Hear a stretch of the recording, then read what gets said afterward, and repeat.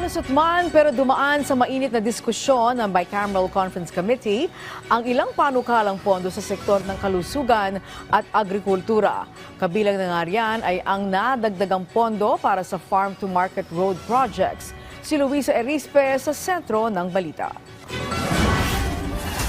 Unang inaprubahan ng mga pondo para sa sektor ng edukasyon, kalusugan at agrikultura sa pagbubukas ng Bicameral Conference Committee noong Sabado.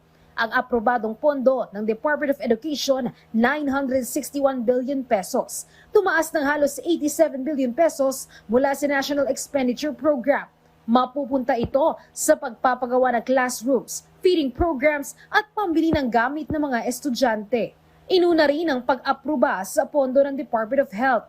Pero di kasing bilis ng DepEd, bahagyang nagkaroon pa ng diskusyon ang Senado at Kamara. Hiniling kasi ng Kamara, maibalik ang natapyas na halos kalahating pondo para sa medical assistance to indigent and financially incapacitated patients sa MAIFIP. Ito ang item sa budget ng DOH na pinagkukuhanan ng pondo para sa guarantee letters na ibinibigay ng mga politiko. Pero ang ginigiit kasi ng ilang senador, baka nagagamit lang sa pamumulitika ang MAIFIP. Pero nagkasundo pa rin ang dalawang kapulungan nang linawin ni Senator Erwin Tulfo at Senator Loren Legardang walang aktual na pera na mahahawakan ang politiko. Wala ring kulay sa pagbibigay ng tulong. Hindi naman cash po ang MAIP eh. Baka akala po ng mga kababayan natin watching us, MAIP is not cash po. So it is a guarantee letter. It's the DOH that pays or that foot the bill of the individual person. So walang binibigay na cash ang politiko. Hindi pumipili dapat ang politiko pag may sakit yung leader ng kalaban niya, walang GL. Hindi po dapat ganon. That's what the chair means. Let us not politicize it. Yeah. Walang nameless, faceless, no political color. Kahit ang budget ng Department of Agriculture mula sa 49 billion na hiling ng Kamara, nadagdagan pa ang panukalang pondo at naging 51 billion ang para sa MAIFIP. Kahit ang budget ng Department of Agriculture na aprubahan noong Sabado, pero nagkaroon ng halos 2 oras na diskusyon ang Senado at Kamara.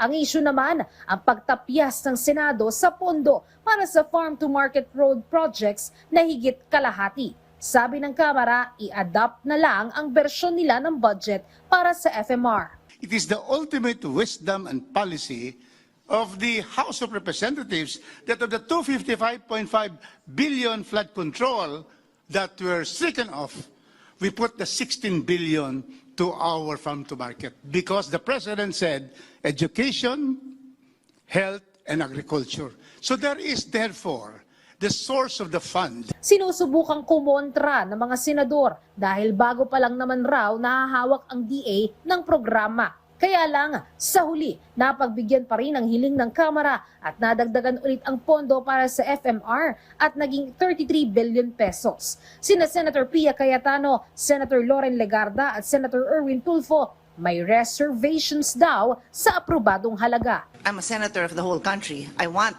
to see countryside development. Rest assured, that is what's in my heart. But I cannot stand to see corruption continue to happen. So my job is to continue to read, to study the records, the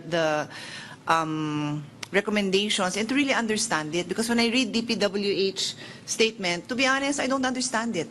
I don't understand what will happen to give me the assurance that I can tell the Filipino people that pumayag kami sa mga ganito dahil may assurance kaming naiintindihan ko. So kailangan ko intindihan, Mr. Chairman. I strongly feel that farm-to-market roads are needed but must not be distributed according to congressional districts but must be distributed or implemented according to the need of the area based on population, based on the land area, and others, not through politically divided districts. That's 33 billion, napakalaki pong halaga. I know, our farmers need this. Ang problema ho dito, yung mga tao, the people are watching right now, baka isipin, wala nga yung flood control dito naman ngayon sa farm to market. Ito po ang iisipin na dito naman magkakaroon ng problema. I mean, lumipat lang from flood control dito ngayon sa farm to market, magiging source ng corruption. So, ang punto ko lamang, Mr. Chair, is like siguraduhin talaga natin na when we say na may mga safety measures or guards in place, na talagang kailangan ma-implement yung mga safety measures na yun. Pero si Senate President Pro Tempore Panfilo Lacson, hindi lang basta reservations. Para sa kanya, handa siyang hindi pirmahan ang BICAM report. Dapat raw ayusin muna ang mga ibinalik na pondo sa FMR at sa MAIFIP. Bukod sa di siya pabor sa guarantee letters, di rin daw konkreto ang plano sa idinagdag na pondo sa FMR. Nagkaroon naman ng caucus ang mga senador hinggil dito. Nakabulin sana namin kanina nga na ano bang gagawin ang posisyon natin. So suddenly nga kanina na Senator Kiko assured us na siya yung chairman ng Agri Committee at saka Sherwin Gatchalian na yung ang issue kasi talaga doon yung baka matulad sa farm to market, sa flood control. Eh may mga safety guidelines naman. At saka besides sa DA ang mag-i-implement na PPWH. Dinepensahan naman ng Kamara na tama lang ang desisyon ng BICAM na madagdagan ng pondo ng 2 programa. Luisa Erispe para sa Pambansang TV sa Bagong Pilipinas.